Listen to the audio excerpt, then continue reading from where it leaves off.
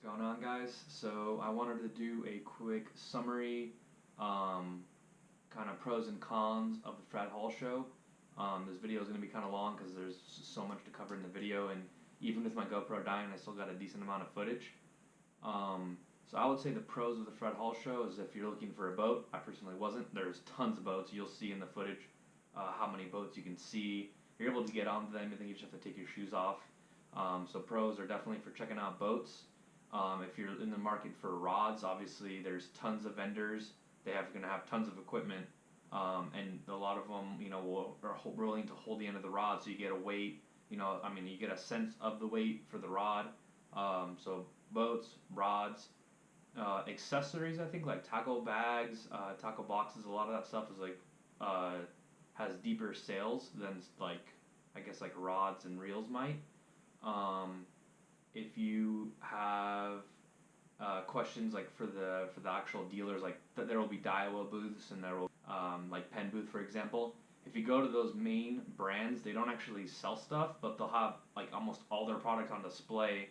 Whereas in your local Bass Pro or something, maybe they don't have particular models in available to the public for display.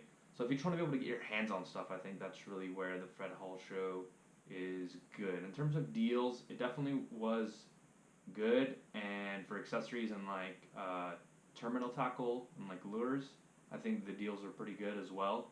But for rods and brand new reels, you're really not seeing more than 10 or 15% off. So that's kind of the pros and the cons, I guess. So my main thing I wanted to get was the Daiwa Lexa. I have all my reels are in left-handed. You can see it was advertised for $300.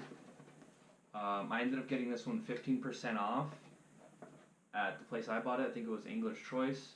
So super happy. I gotta go really quick. I don't want to make the video too long. So I got that thing 15% off. And when I bought that, if I took my receipt to the Daiwa booth, where they don't sell stuff but you get to just hold their equipment, I got this free sea line rod. It is, I don't know if you can see it all, but it's a 7-foot. The line is from 30 to 60 pound.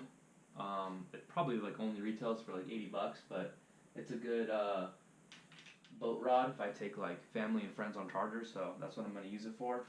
So I was able to get that when I bought the Lexa for free. So that's definitely a dope thing about the show.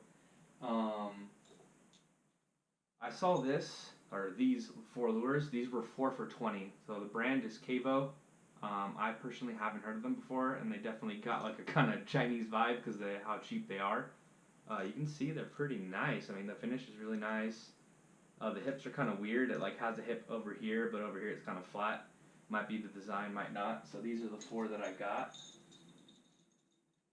Like I said, these were 4 for $20. So $5 for an iron is pretty darn good. Check this one out. It has the ring and then a smaller ring. I've never seen that before, so I don't know. It seems like a little bit of an experience to me. This is going to be hard to show you guys. These 4. Should get in the light too. So, literally no tax, $20 out the door. Just to have extra mint irons and stuff. I had purchased this Nomad Matscad. It was a little bit bigger than I thought. I bought it online, so that's another useful thing about buying things in person, in hand. This is a Riptide. I think this is more suitable for yellowtail or bluefin or yellowfin that will actually be near me here in California, or where I fish in California. So that's the advantage of seeing stuff. Kicker was there. I don't know how long they've been in business, but Kicker was there. I got a bunch of Kickers up there, but this is one of their most expensive ones. So it was cool to see them there. I didn't get anything because I had ordered a bunch of stuff from them. Another big pro is the seminars they have. So Hookup Baits was having a seminar. They talked about these, how they're new, the white sea bass special things. And then this is their newest heavyweight, basically. This is 6 ounces. And I actually took this on a rockfish trip literally last week. And I was dropping it down because we were getting a lot of smaller rockfish. It wasn't getting much big. And you can actually see a lot of bite marks on this thing, but I think what was down there just wasn't big enough. But this thing smells like garlic. I ask for any scent or anything, and it's just like on there, so that's cool. Super shiny.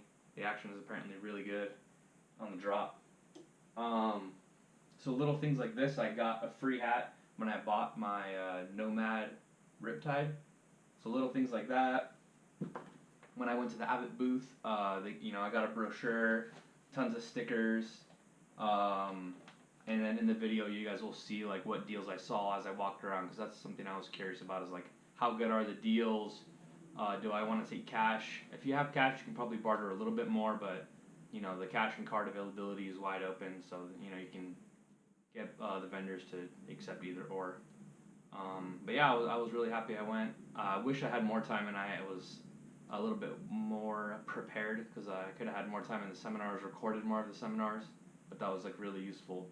I would probably prefer to devote a weekend to it, which I probably will next year, maybe the year after that, but I think it was definitely a positive experience. So I hope you guys enjoy the rest of the video. I'll break down the time stamps in the description. Peace. Parking lot at the Fred Hall show. About 20 minutes before they open. I already went, parked in here. They got a structure dedicated for it. $15 to get in. I already parked, bought my ticket, came back to my car. I had some Red Bull in the car I wanted to grab. This is the flyer. It's fucking huge. It's like fucking 40 pages. People waiting in line over there. But yeah, see what it looks like inside.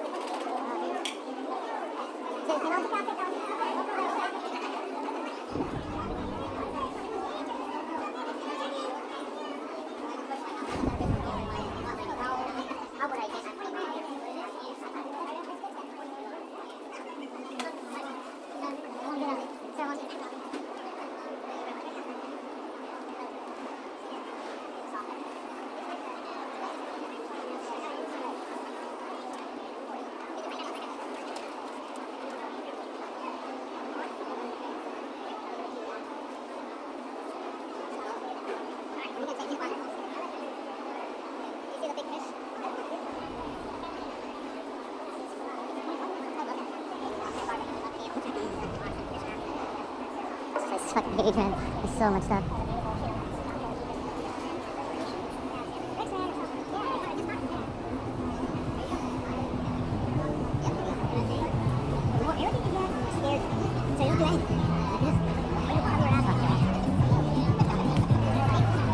Oh, fucking Phenix booth, fuck yeah. I need to find this Ketcham.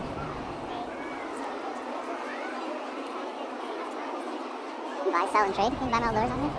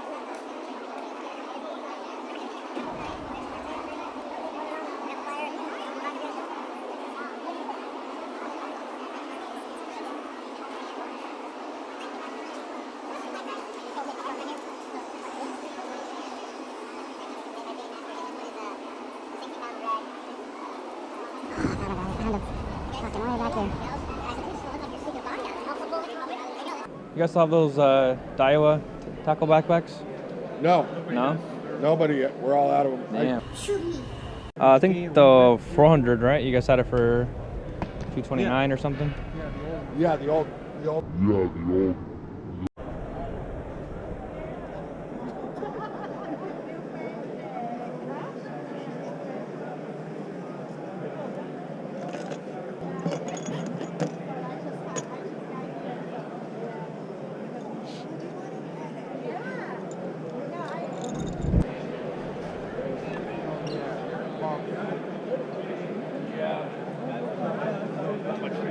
Every once in a while, we get caught there.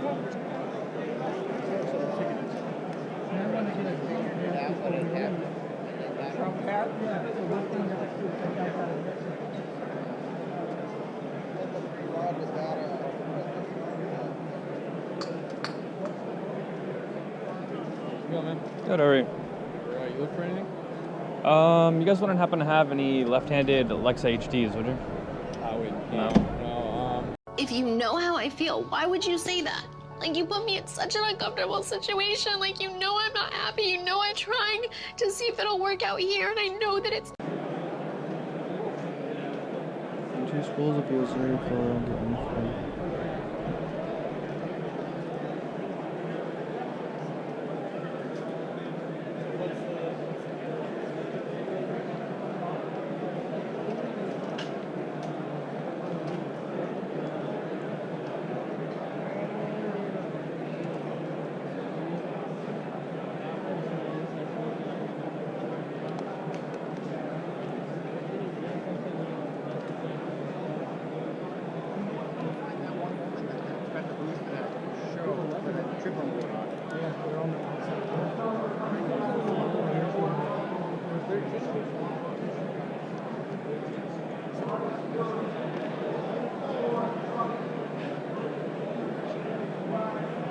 These look fucking crazy, bro.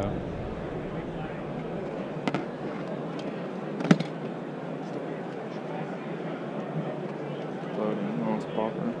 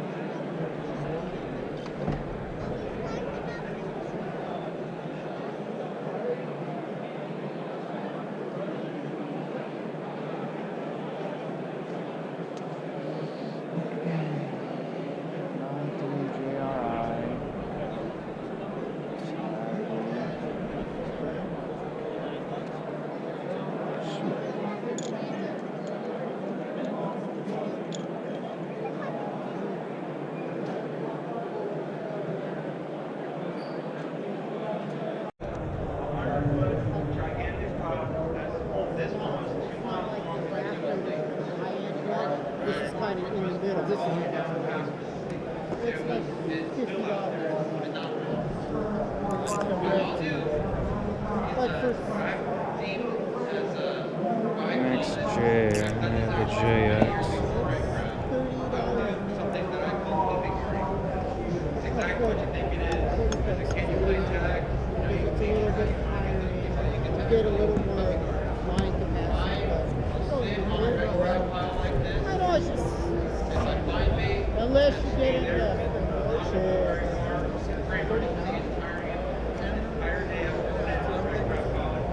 How is it dragging? My theory is that fish are going to stay around.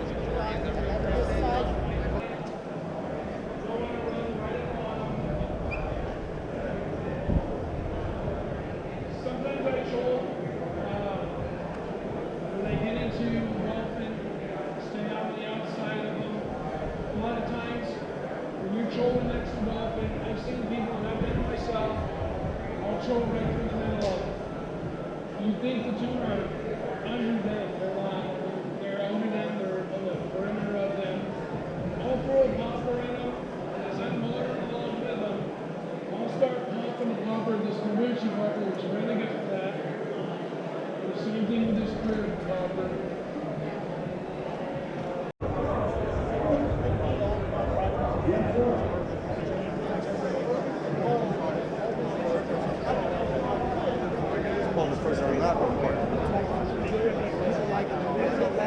How the Fucking high-speed slammers.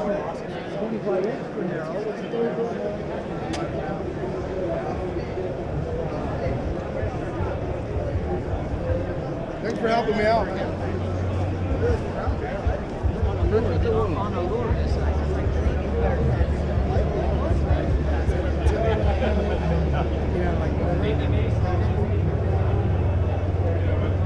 typically they're like 60.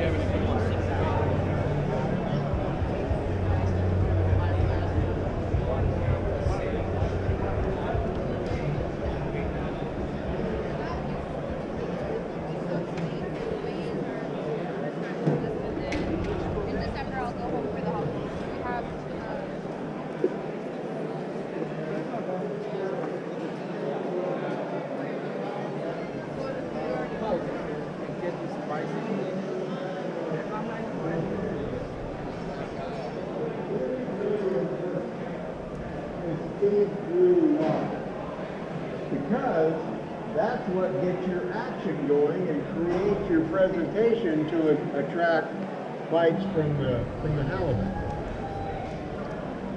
So how do you know what our speed through water is? Well, more importantly, how do you know if our speed through water is correct?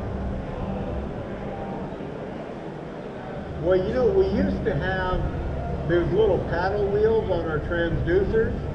Those were cool. Those told us our speed through water. Magic information.